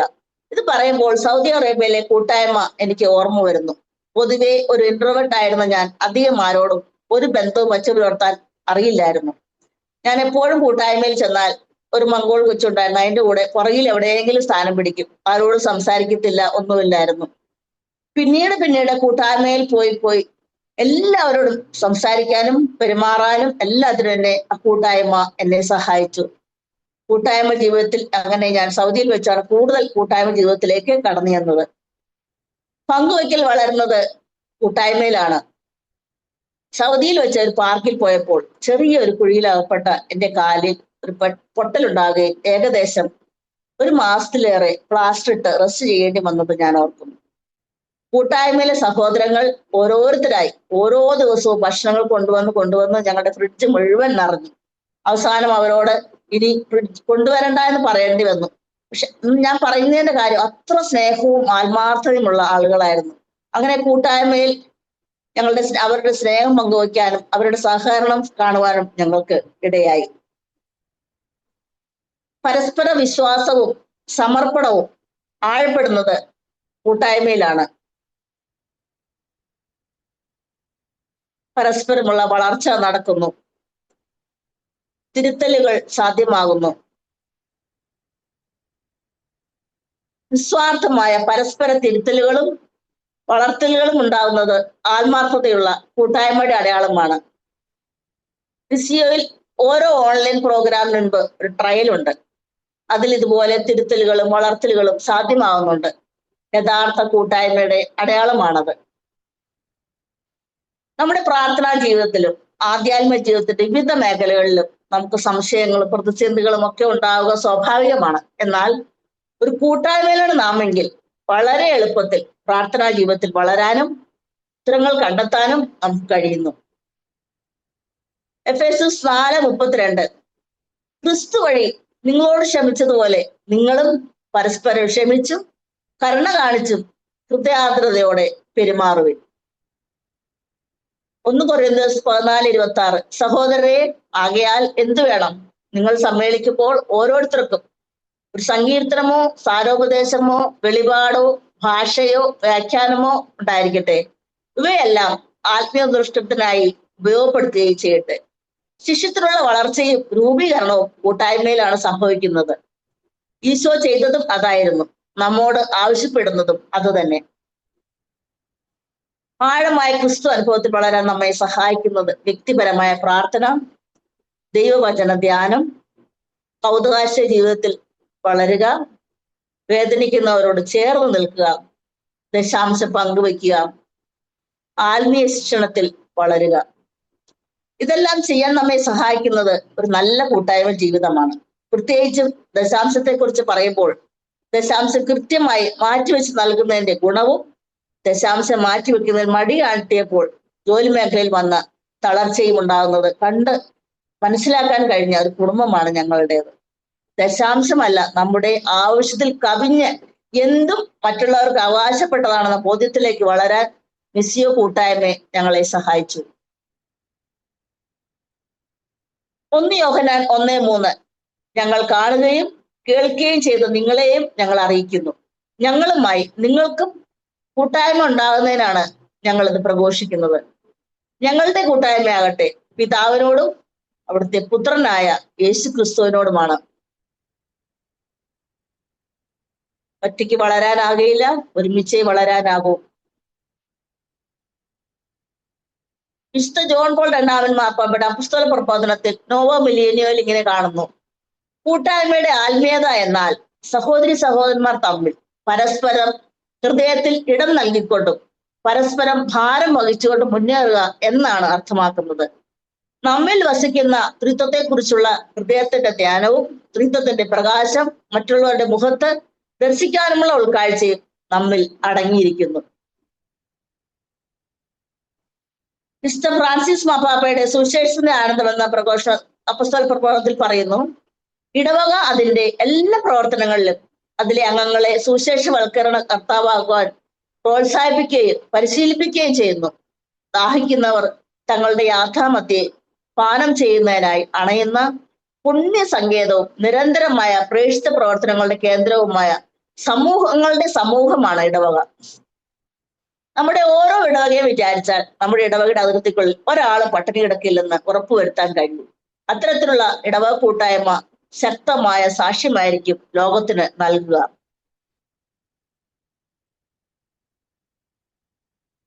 ഈ ഭൂമി തന്നെയാണ് ദൈവം നമുക്കായി ഒരുക്കിയ പർദീസ. സർവ്വതും സമൃദ്ധമായുണ്ട്. രാജ്യങ്ങളുടെ അതിർത്തികളും അധികാരങ്ങളും മത്സരങ്ങളും ദൈവം നൽകിയ സമൃദ്ധി അതിന്റെ പൂർണ്ണതയിൽ ആസ്വദിക്കാൻ കഴിയാത്ത വിധം ലിമിറ്റ് ചെയ്യപ്പെട്ടിരിക്കുന്നു. ഭൂമിയെ ഒരു പൊതുഭവനമായി കണ്ടുകൊണ്ട് ഭൂമിയിലുള്ള എല്ലാ റിസോഴ്സും പങ്കുവയ്ക്കുന്ന ഒരു അനുഭവത്തിന് ആഹ്വാനം ചെയ്യാൻ 24 വ്യക്തിസഭകളെ നയിച്ചുകൊണ്ട് വത്തിക്കാനിൽ ഇരിക്കുന്ന മാർപ്പാപ്പയ്ക്കല്ലാതെ ആർക്കിത് പറയാൻ കഴിയും? ഇങ്ങനെ ഒരു സ്റ്റേറ്റ്മെന്റ്. ഉൽപ്പത്തി മുതൽ വെളിപാട് വരെ കൂട്ടായ്മയുടെ ആഴവും നന്മയും നമുക്ക് കണ്ടെത്താനാകും. കൂട്ടായ്മയായ ദൈവം നമ്മെ ഒരു ഇടയനും ഒരു തൊഴുത്തുമാകുന്ന കൂട്ടായ്മ അനുഭവത്തിലേക്ക് എത്തിച്ചേരാൻ ക്ഷണിക്കുന്നു. ദൈവം എല്ലാവരെയും സമർത്ഥമായി അനുഗ്രഹിക്കട്ടെ. ഈശോ മിശിഹായ്ക്ക് സ്തുതിയായിരിക്കട്ടെ. ആമേൻ. താങ്ക് യു മിസ് ചേച്ചി. കൂട്ടായ്മയുടെ പ്രാധാന്യത്തെക്കുറിച്ചും ഒരു സ്നേഹ കൂട്ടായ്മയുടെ ഭാഗമായി തീരേണ്ട ആവശ്യകതയെക്കുറിച്ചും വളരെ നല്ലൊരു സ്ലൈഡ് പ്രസന്റേഷനിലൂടെ ഞങ്ങളെ ഉത്ബോധിപ്പിച്ച മിസ് ചേച്ചിക്ക് ഒത്തിരി നന്ദി. അടുത്തതായി കുറച്ച് അനൗൺസ്മെന്റ്സ് ഉണ്ട്, എല്ലാവരും ശ്രദ്ധിക്കണമേ. സബ് ഗ്രൂപ്പ് മീറ്റിംഗിൽ എല്ലാവരും പങ്കെടുക്കാൻ ശ്രദ്ധിക്കണമെന്ന് അപേക്ഷിക്കുന്നു. സബ് ഗ്രൂപ്പിൽ പോസ്റ്റ് ചെയ്യപ്പെടുന്ന വേർഡ് ഓഫ് ദി ഡേ നിങ്ങളെ എങ്ങനെ സ്പർശിച്ചുവെന്നും ഒരു വോയിസ് മെസ്സേജായി സബ് ഗ്രൂപ്പിൽ എല്ലാവരും പോസ്റ്റ് ചെയ്യണമേ. ഓൺലൈനിൽ നടത്തപ്പെടുന്ന പ്രിലിമിനറി കോഴ്സ് 8 ക്ലാസ്സുകൾ മാത്രമാണ് ഉള്ളത്. ഏകദേശം 34 ക്ലാസ്സുകളുള്ള ഫുൾ മിസിയോ കോഴ്സ് എല്ലാ മാസവും കറുകുറ്റി മിസിയോ ഭവനിൽ വെച്ച് താമസിച്ചുള്ള കോഴ്സായി നടത്തപ്പെടുന്നുണ്ട്. അടുത്ത കോഴ്സ് ഫെബ്രുവരി 16 മുതൽ 21 വരെയും മാർച്ച് മാസത്തിൽ 16 മുതൽ 21 വരെയുമാണ് ഷെഡ്യൂൾ ചെയ്തിരിക്കുന്നത്. പങ്കെടുക്കാൻ താല്പര്യമുള്ളവർ ദയവായി 9746917273 അല്ലെങ്കിൽ 701257455 എന്ന ഫോൺ നമ്പറിൽ ബന്ധപ്പെടുക.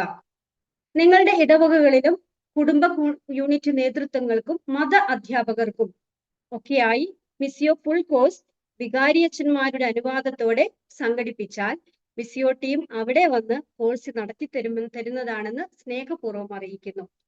മിസിയോ വൈബ്സ് നമ്മുടെ കുടുംബത്തിൽ നിന്ന് എല്ലാ മാസവും മലയാളത്തിലും ഇംഗ്ലീഷിലും പബ്ലിഷ് ചെയ്യപ്പെടുന്ന ഓൺലൈൻ ന്യൂസ് ലെറ്റർ ആണ്. PDF ഫയലായും യൂട്യൂബിൽ ഓഡിയോ ആയിട്ടും നിങ്ങൾക്കത് ലഭ്യമാണ്.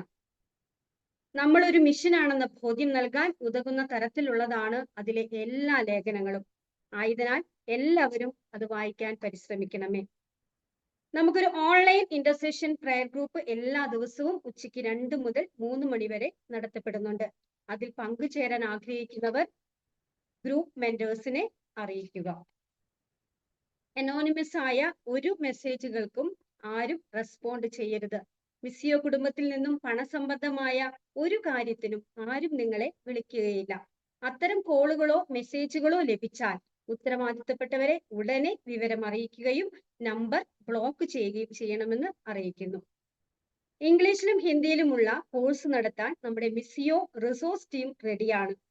നിങ്ങൾക്കറിയാവുന്നതോ പരിചയത്തിലുമായ ഏതെങ്കിലും സ്റ്റേറ്റുകളിൽ നടത്താൻ താല്പര്യമുള്ളവർ മിസിയോ ടീമിനെ അറിയിക്കുക. അടുത്തതായി വൈൻഡപ്പ് സെഷൻ ആണ്.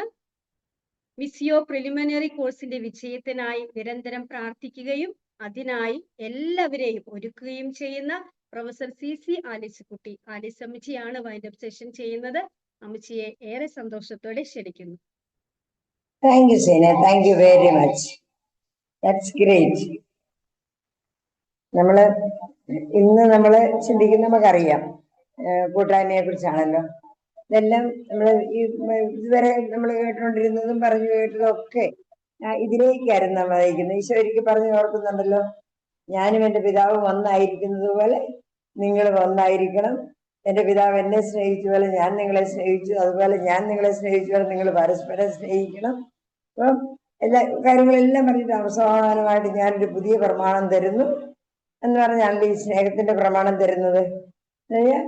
ഈശോയുടെ ജീവിതം ജീവിക്കാനും ഈശോയുടെ പണി തുടരാനും ഈശോയുടെ ഭൗതിക ശരീരമായിട്ടാണ് സഭ ഇവിടെ തുടങ്ങിയതെന്നൊക്കെ നമുക്കറിയാം. അത് ഈശോ തന്റെ ജീവിതത്തിലൂടെ ഇവരുടെയൊക്കെ ക്ലാസ്സുകളിലൂടെയൊക്കെ നമുക്കത് മനസ്സിലായില്ലേ. എൽസിയുടെ പ്രൊക്ലമേഷനിലൂടെയും എൽസി ജീവിതാനുഭവങ്ങൾ നമ്മളോട് പങ്കുവെച്ചപ്പോഴും അതുപോലെ ഇതിന്റെ മേഴ്സി ഇതിന്റെ പ്രസന്റേഷൻ നടത്തിയപ്പോഴും ഒക്കെ കാര്യങ്ങളെല്ലാം നമുക്ക് വളരെ ക്ലിയർ ആയി. അപ്പം ഇത് കേട്ട് മനസ്സിലാക്കി വെക്കാനുള്ളൊരു കാര്യമല്ലെന്ന് അറിയാമല്ലോ. അതായത് നമ്മളൊരു കാര്യം നമ്മൾ റെസ്പോണ്ട് ചെയ്യണ്ട, നമ്മൾ ഇതിനോട് ഈ കേൾക്കുന്ന ഓരോന്നിനോടും നമ്മൾ റെസ്പോണ്ട് ചെയ്യണം. അപ്പം ഈ ഒരു ഇന്നത്തെ ഒരു സെഷനിലൂടെ നമ്മുടെ റെസ്പോൺസ് ക്ഷണിക്കുന്നത് ഇതുപോലുള്ള ഒരു കൂട്ടായ്മയുടെ ഭാഗമായി തീരാനുള്ള വിളിയാണ്. നമ്മൾ കേട്ട ദൈവം നമ്മളെ ഒത്തിരി സ്നേഹിക്കുന്നു. അനുഭവിക്കാൻ പറ്റാതെ പോയതാ. ഈശോ 2000 കൊല്ലം മുമ്പേ കുരിശുമരണത്തിലൂടെ നമ്മളെ വീണ്ടെടുത്ത് ഉയർത്തെഴുന്നേറ്റ് വന്ന് നമുക്ക് അതിന്റെ സ്വർഗത്തിനുള്ള എല്ലാ അധികാരവും എനിക്ക് തന്നിരിക്കുക. അതുകൊണ്ട് നിങ്ങൾ എൻ്റെ കൂടെ നിന്നുകൊണ്ട് ഇതങ്ങ് ഈ ഒരു അനുഭവം നിങ്ങളുടേതാക്കാൻ നഷ്ടപ്പെട്ടു പോയ കൂട്ടായ്മ ഷെയർ ചെയ്തപ്പോൾ നമ്മൾ മനസ്സിലാക്കി. ദൈവം സൃഷ്ടിച്ചപ്പോൾ തന്നെ ദൈവത്തിന്റെ രൂപത്തിലും ഛായയിലും കൂട്ടായ്മയായിട്ട്, അത് ദൈവവുമായിട്ടും മനുഷ്യ പരസ്പരവും പ്രകൃതിയുമായിട്ടും എല്ലാമായിട്ടുള്ള ബന്ധങ്ങൾ മനോഹരമായിരുന്നു തുടക്കത്തില്. അത് പാപത്തോടുകൂടി എല്ലാം തകർന്ന് തരിപ്പണമായത് നമുക്കറിയാം. അതെല്ലാം ഈശോ 2000 കൊല്ലം വീണ്ടെടുത്തതാണ്. ഈ വീണ്ടെടുത്ത ആ ഒരു അനുരഞ്ജനം കൂട്ടായ്മ, ആ സ്വാതന്ത്ര്യം ദൈവത്തിന്റെ കുടുംബമായിട്ടുള്ള അനുഭവത്തിലേക്ക് തിരിച്ചു വരാനുള്ള ക്ഷണമാണ് ഈ അടിസ്ഥാന സുവിശേഷ സന്ദേശം തന്നെ. അപ്പോൾ പരിശുദ്ധാത്മാവിനെ തന്ന് നമ്മളെ സ്നേഹിക്കാൻ പ്രാപ്തരാക്കി. നമ്മൾ ഇനി ചെയ്യേണ്ടത് ഈ പരിശുദ്ധാത്മാവ് നമ്മെ പ്രചോദിപ്പിക്കുന്ന അനുസരിച്ച് നമ്മൾ അത് നിന്നുകൊടുത്താൽ മതി. വളരെ ഈസിയാണ്, എളുപ്പമാണ്, ലളിതമാണ് എന്ന് പറയുന്നത്. പരിശുദ്ധാത്മാവാണ് ഇനി നമ്മളെ നയിക്കുക. നമ്മളൊന്ന് നിന്നുകൊടുത്താൽ മതി. നിന്നുകൊടുത്താൽ പരിശുദ്ധാത്മാവ് അടുത്ത പടി നമ്മളെ നയിക്കും. ആദിമസഭയിൽ നമുക്കറിയാമല്ലോ, ഈശോയുടെ ജീവിതത്തിൽ മുഴുവനും പിതാവും പരിശുദ്ധാത്മാവുടെ കൂട്ടായ്മ നമ്മൾ കേട്ടതൊക്കെ. അത് കഴിഞ്ഞ് ഈശോ ഇങ്ങോട്ട് വന്നപ്പോൾ തിരുക്കുടുംബത്തിലെ കൂട്ടായ്മ നമ്മൾ മനസ്സിലാക്കി. അത് കഴിഞ്ഞ് ഈശോ ശിഷ്യരുമായിട്ട് തമ്മിലുള്ള കൂട്ടായ്മ നമുക്കറിയാം. ആദിമസഭയിലുണ്ടായിരുന്ന കൂട്ടായ്മയും നമ്മൾ കേട്ടില്ലേ. അവരുടെ ഇടയിൽ ദാരിദ്ര്യം അനുഭവിക്കുന്ന ആരും ഉണ്ടായിരുന്നില്ല. കാരണം അവരെ ആ ഒരു ദൈവമക്കളുടെ സ്വാതന്ത്ര്യത്തിലേക്കും ആ ഒരു കരുതലിലേക്കും നമ്മളോട് പറഞ്ഞല്ലോ, സ്വർഗസ്ഥനായ നിങ്ങളുടെ പിതാവ് കരുണയുള്ളവനായിരിക്കുന്നത് പോലെ നിങ്ങളും കരുണയുള്ളവരാകാനാ പറയുന്നില്ലേ.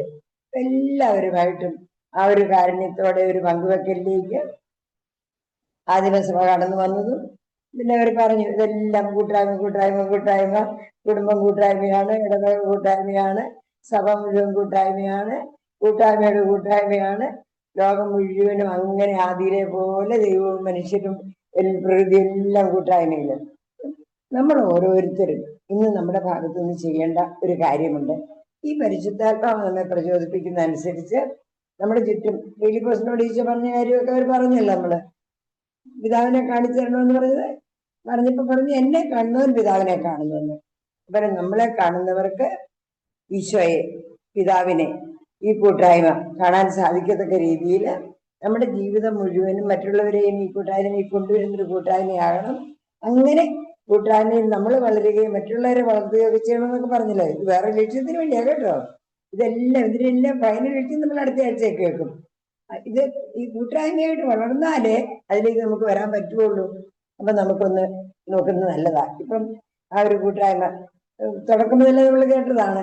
നമ്മളോട് ആർക്കെങ്കിലും വിരോധമുണ്ടെങ്കിൽ, നമുക്ക് ആരോടെങ്കിലും വിരോധമുണ്ട്, നമ്മൾ അകന്നു മാറി ഒഴിഞ്ഞു മാറി നടക്കുന്നുണ്ടെങ്കിൽ ക്ഷമിക്കുകയും ക്ഷമ ചോദിക്കുകയും ചെയ്തുകൊണ്ട്, അതുപോലെ എല്ലാവരെയും നമ്മുടെ ഭാഗമാക്കി തീർത്തുകൊണ്ട് നമ്മൾ അങ്ങോട്ട് അതിനെ നമ്മൾ കുമ്പസാരവും ജീവിത സമർപ്പണവും ഒക്കെ ചെയ്തില്ലേ. നമ്മള് സ്നേഹത്തിന്റെ കുമ്പസാരത്തിന്റെ വിഷയം മുഴുവനും സ്നേഹത്തിന്റെ കുറവാ. 10 കൽപ്പനകളും തിരിച്ചപ്പെട്ട കൽപ്പനകളും നമ്മൾ ചിന്തിച്ചതെല്ലാം മൂലഭാവങ്ങളും എല്ലാം സ്നേഹത്തിന്റെ കുറവാ.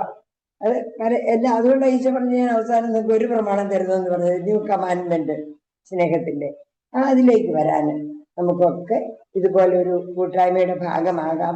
ദൈവവുമായിട്ട് എനിക്കുള്ള ബന്ധം ആഴപ്പെടുമ്പോഴാണ് മറ്റുള്ളവരുമായിട്ട് ബന്ധം ആഴപ്പെടാൻ സാധിക്കുക. അത് കുടുംബത്തിലും അത് പരിശോധിക്കുന്നത് നല്ലതാ. നമ്മളോട് ആരെങ്കിലും ഒഴിഞ്ഞു മാറി നടക്കുന്നുണ്ടോ, നമ്മൾ ആരെങ്കിലും ഒഴിച്ചു മാറ്റി നടത്തുന്നുണ്ടോ, അങ്ങനെ അകൽച്ചയുള്ള അവരൊക്കെ ആയിട്ട് നമ്മളൊന്ന് അന്യജനത്തിലേക്ക് വന്ന് പറഞ്ഞില്ല. ആദിമസഭയില് അപ്പസ്തലന്മാരുടെ പ്രബോധനം, കൂട്ടായ്മ, അപ്പം മുറിക്കൽ, പ്രാർത്ഥന എന്നിവയിൽ സദാ താല്പര്യപൂർവ്വം അവർ പങ്കുചേർന്നു. താല്പര്യപൂർവ്വം ഇതിലൊക്കെ പങ്കുചേരുമ്പോഴാണ് കൂട്ടായ്മയിൽ നമ്മൾ വളരുക, മറ്റുള്ളവരെ വളർത്താൻ പറ്റുക. അങ്ങനെ വളർന്നു കഴിയുമ്പോൾ നമുക്ക് മനസ്സിലാകും ദൈവമേ, ഭൂലോകത്തുള്ള എല്ലാവരും ദൈവത്തിന്റെ മക്കള്, എല്ലാവരും ഇങ്ങനെ കൂട്ടായ്മയിൽ വളരേണ്ടവരാണല്ലോ. അവർക്ക് സാധിക്കാതെ പോകുന്നത് ഈ കാര്യം അവർ അറിയാത്തത് കൊണ്ടാണ്. അപ്പോഴാണ് നമ്മള് ശരിക്കും നമ്മുടെ ദൗത്യത്തിലേക്ക് വരിക. അപ്പൊ ഈ ഒരു ഘട്ടത്തില്, ഈ ഒരാഴ്ചയില് നമ്മുടെ ആ ഒരു സ്നേഹബന്ധങ്ങള്, ദൈവമായിട്ടുള്ള ബന്ധം, മറ്റുള്ളവരുടെ ഏറ്റവും അടുത്ത കുടുംബത്തില്, ചുറ്റുപാട് ബന്ധുക്കള്, അറിയില്ലേ, ജെറുസലേമിലും യൂദയായാലും സമറിയായാലും ലോകത്തിന്റെ അതിർത്തികൾ വരെയും അവിടെയൊക്കെ നമ്മൾ ആ കൂട്ടായ്മയിൽ വളർന്നാണ് ശരിക്കും ഈ ലോകം മുഴുവനും ദൈവത്തിന്റെ കുടുംബമായി തീരുക. അപ്പം ഇത് നമ്മൾ ജീവിക്കുന്ന സാഹചര്യങ്ങളിൽ കൊണ്ടുവരാൻ ജീസസ് യൂത്തൊക്കെ പില്ലേഴ്സ് എന്നൊക്കെ പറയുന്നതും കരിസ്മാറ്റിക്കാരൊക്കെ സ്ഥായി ഘടകങ്ങൾ അല്ലെങ്കിൽ കോൺസ്റ്റൻസ് എന്നൊക്കെ പറയുന്ന ചില കാര്യങ്ങളൊക്കെ ഉണ്ടല്ലോ. അതൊക്കെ നമുക്കൊന്ന് ശ്രദ്ധിക്കാം. വ്യക്തിപരമായ പ്രാർത്ഥന, എല്ലാ തരത്തിലുള്ള പ്രാർത്ഥനകള്, ദൈവവചനത്തിന്റെ വായനയും പഠനവും, കൂദാശകളും, വിശുദ്ധ കുർബാനയും, അങ്ങനെയുള്ള കാര്യങ്ങളൊക്കെ, അതുപോലെ ദശാംശ ശൈലി, ഇതൊക്കെ ഓരോന്നോരോന്ന് ഇതെല്ലാം പ്രധാനപ്പെട്ടതാണ്. അതിനൊക്കെ നമുക്കൊന്ന് സ്വയം ഒന്ന് പരിശോധിച്ച് അവിടെയൊക്കെ നല്ലോണം കമ്മിറ്റ്, സദാ താല്പര്യപൂർവ്വം ഈ കാര്യങ്ങളിലൊക്കെ നമ്മളൊന്ന് കമ്മിറ്റഡ് ആകുമ്പോൾ നമ്മൾ അറിയാതെ നമുക്ക് ചുറ്റും നമ്മളെ കാണുന്നവർക്കൊക്കെ ഈശോയെ കാണാനും അനുഭവിക്കാനും പറ്റും. മദർ തെരേസയെ കണ്ടവരൊക്കെ ദൈവമാണോ എന്നൊക്കെ ചോദിച്ച സംഭവങ്ങളും കഥകളും ഒക്കെ നമ്മൾ കേട്ടിട്ടുണ്ട്. അതുപോലെ ഈ അങ്ങനെ നമ്മൾ സ്നേഹിക്കുമ്പോഴാ ഒരു മനുഷ്യൻ, ഞാൻ ഓർക്കുന്നുണ്ട്, ഒരു ട്രെയിൻ യാത്രയ്ക്ക് പോയ വഴിക്ക് ഒരു ഉന്തുവണ്ടിക്കാരനെ ഉന്തിയിട്ടതും, എന്നിട്ട് അയാൾ ട്രെയിനിൽ നിന്ന് ഇറങ്ങി വന്നിട്ട് അതെല്ലാം പെറുക്കി വെച്ച് കഴിഞ്ഞിട്ട് അദ്ദേഹം കണ്ണുപൊട്ടനായിരുന്നേ. അദ്ദേഹത്തിന് അടുത്തിരുന്നിട്ട് ഒരു 1000 രൂപ എടുത്തു കൊടുത്ത്, ക്ഷമിക്കണം, ഞാൻ ഇച്ചിരി തിരക്കിൽ ഓടിപ്പോയതാ, എന്നിട്ട് അതൊക്കെ പൊട്ടിപ്പോയതും തകർന്നു പോയതൊക്കെ ശരിയാക്കാൻ വെക്കാൻ വേണ്ടി എന്ന് പറഞ്ഞൊരു 1000 രൂപ എടുത്ത് കൊടുത്തിട്ട് അങ്ങനെ അദ്ദേഹം തലപൊക്കി നോക്കുന്നത്. അപ്പോഴാണ് ഇദ്ദേഹത്തിന് മനസ്സിലായത് ഒരു കണ്ണുപൊട്ടനാണ്, കാണാൻ പറ്റാത്ത ആളാണെന്ന്. അദ്ദേഹം പതുക്കെ തപ്പി നോക്കിയിട്ട് ചോദിച്ചത്രേ, ആർ യു ജീസസ് ക്രൈസ്റ്റ് എന്ന്. അപ്പോഴാണ് ഈ മനുഷ്യൻ, നിങ്ങൾ അങ്ങനെ ചോദിച്ചത്? അറിയാം, ഞാൻ ജന്മനാ അന്ധനാണ്, എൻ്റെ അമ്മ ഇങ്ങനെയൊക്കെ കഥകളൊക്കെ പറഞ്ഞു കേട്ടിട്ടുണ്ട്. ഇങ്ങനെ കുരുടന്മാർക്ക് കാഴ്ചയും വ്രതന്മാർക്ക് നടക്കാനുള്ള കഴിവും ചെവി കേൾക്കാത്തവർക്ക് കേൾക്കാനുള്ള കഴിവും ഒക്കെ ഈശോ കൊടുത്തിട്ടുള്ളത്. അപ്പൊ ഞാൻ അമ്മയോട് ചോദിക്കുമായിരുന്നു, ഞാൻ എന്തെങ്കിലും ഈശോയെ കണ്ടുപിട്ടു പോകുന്നത്. പക്ഷെ എൻ്റെ അമ്മ മരിച്ചു പോയി കേട്ടോ. എന്നിട്ട് അമ്മ പറയുകയാണ്, ഇതുവരെ ഞാൻ കണ്ടുമുട്ടിയില്ല. ഇദ്ദേഹത്തിന്റെ ഇന്നത്തെ പെരുമാറ്റം കണ്ടപ്പോഴേ അമ്മ പറഞ്ഞ ഈശോ നിങ്ങളാണോ, ആർ യു ജീസസ് ക്രൈസ്റ്റ് എന്ന് ചോദിച്ചത്രേ.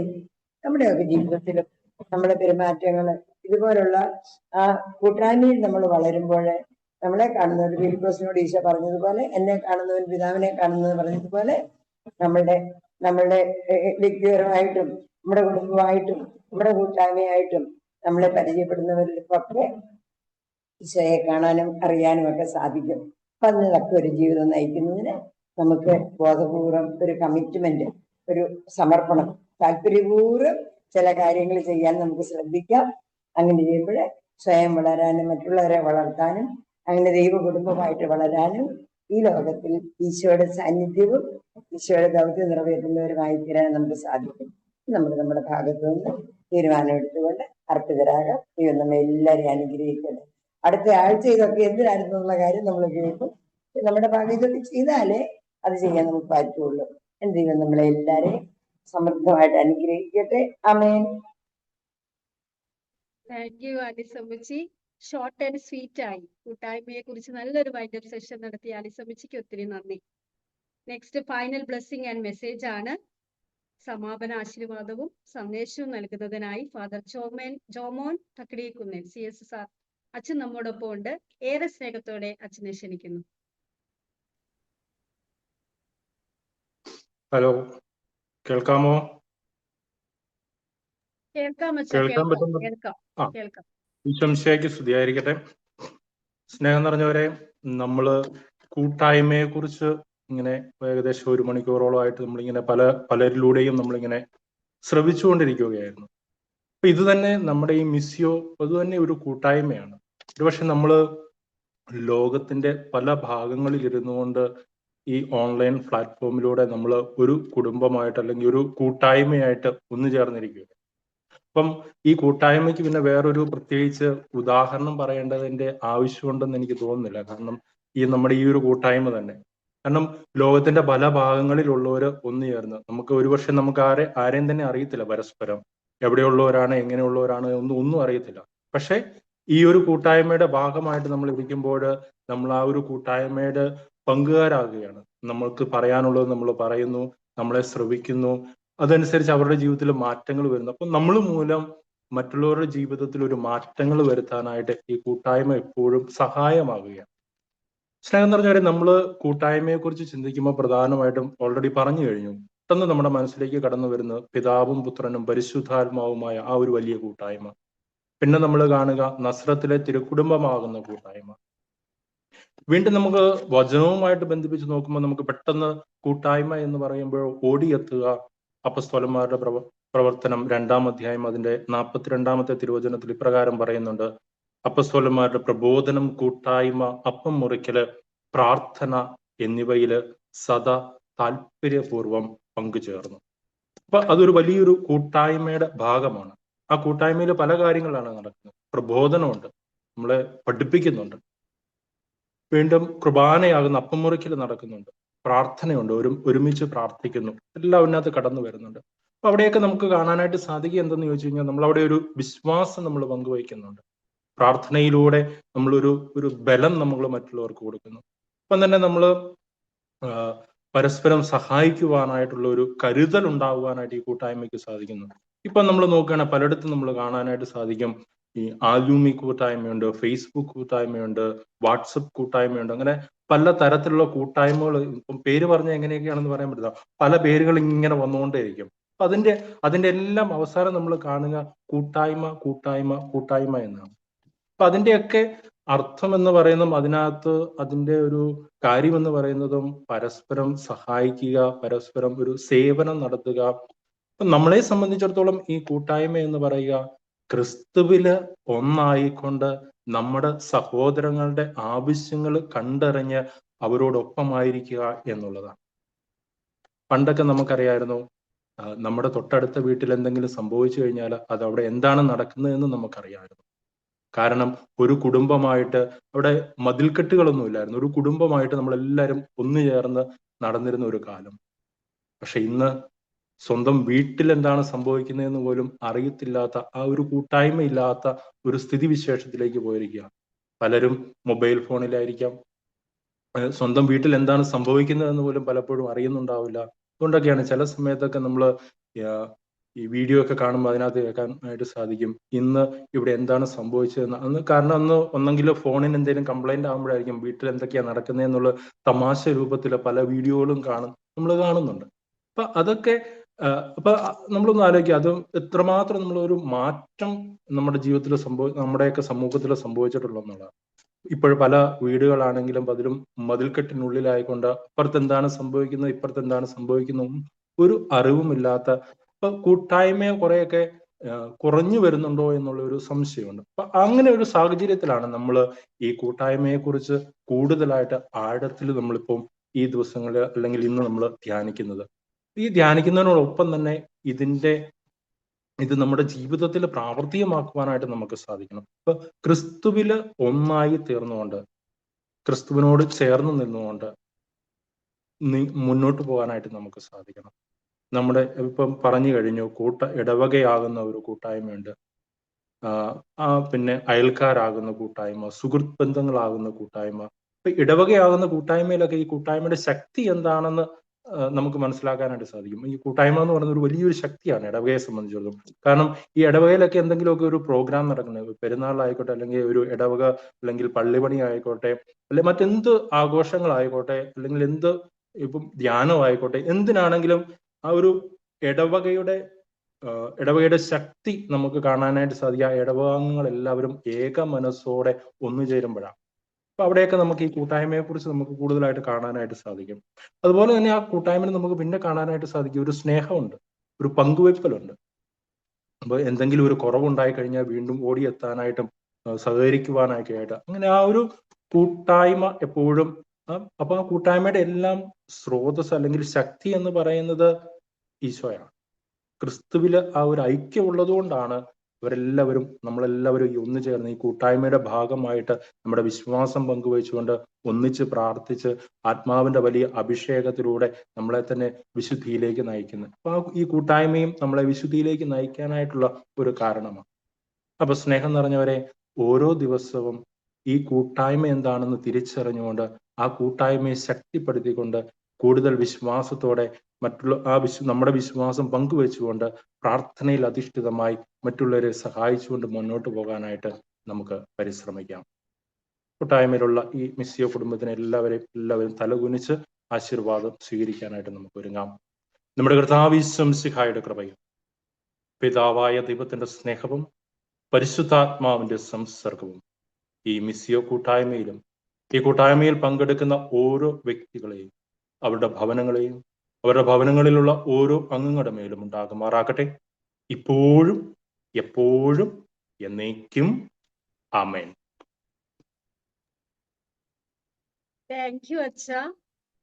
മതിൽക്കെട്ടുകളില്ലാത്ത, മറ്റുള്ളവരുടെ ആവശ്യങ്ങൾ തിരിച്ചറിയുന്ന, അവരെ സഹായിക്കുന്ന ഒരു കൂട്ടായ്മ ഇനിയും നമ്മുടെ ഇടയിൽ ഉണ്ടാകേണ്ടതുണ്ട് എന്നുള്ള നല്ലൊരു മെസ്സേജ് നൽകി ഞങ്ങളെ ആശീർവദിച്ച അച്ഛന് ഒത്തിരി നന്ദി. സ്നേഹമുള്ളവരെ, ഈ ഒരു സെഷൻ വളരെ ഭംഗിയായി നടത്താൻ നമ്മെ സഹായിച്ച ത്രിയേക ദൈവത്തിന് നന്ദി പറയുന്നു. വിവിധങ്ങളായ ഉത്തരവാദിത്തങ്ങൾ ഏറ്റെടുത്ത് നല്ല ഭംഗിയായി ചെയ്ത എല്ലാവരെയും നന്ദിയോടെ ഓർക്കുന്നു. നന്ദിയുടെ ഒരു ഗാനവുമായി അതോടുകൂടി സെഷൻ അവസാനിക്കുകയാണ്. അതിനായി ഏറെ സ്നേഹത്തോടെ ഫ്രാൻസിസ് ഏട്ടനെ ക്ഷണിക്കുന്നു.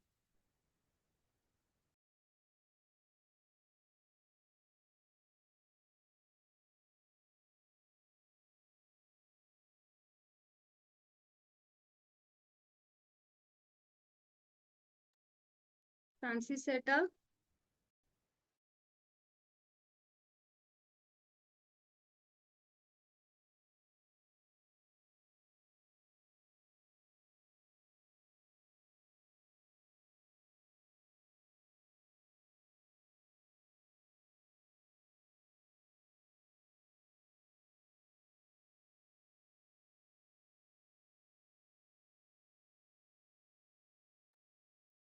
ഫ്രാൻസിസ് ചേട്ടന് എന്തോ നെറ്റ് ഇഷ്യൂ ഉണ്ടെന്ന് തോന്നുന്നു. രജിത്തിന് ഒരു നന്ദിയുടെ പാട്ട് പാടാമോ?